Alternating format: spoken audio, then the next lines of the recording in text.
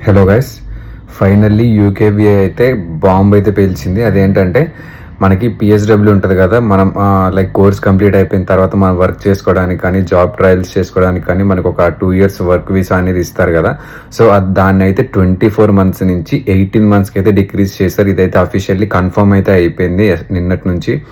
ఓకేనా. సో ఇది ఎవరెవరికైతే అప్లికబుల్ అవుతుందంటే 2027 Jan 1 నుంచి ఎవరైతే పిఎస్డబ్ల్యూ అప్లై చేసుకుంటారో సో వాళ్ళకైతే మనకి 18 months పిఎస్డబ్ల్యూ అనేది వస్తుంది అనమాట.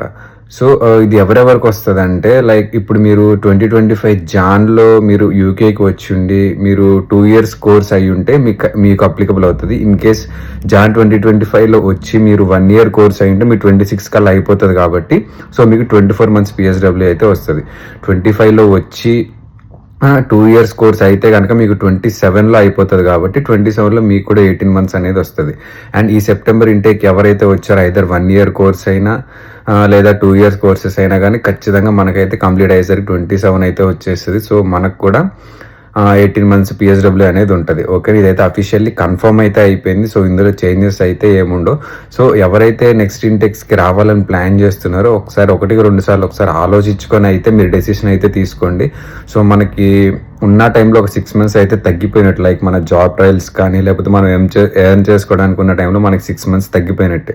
సో 1-2 సార్లు ఆలోచించుకొని అయితే మీ డెసిషన్ తీసుకోండి. ఓకేనా.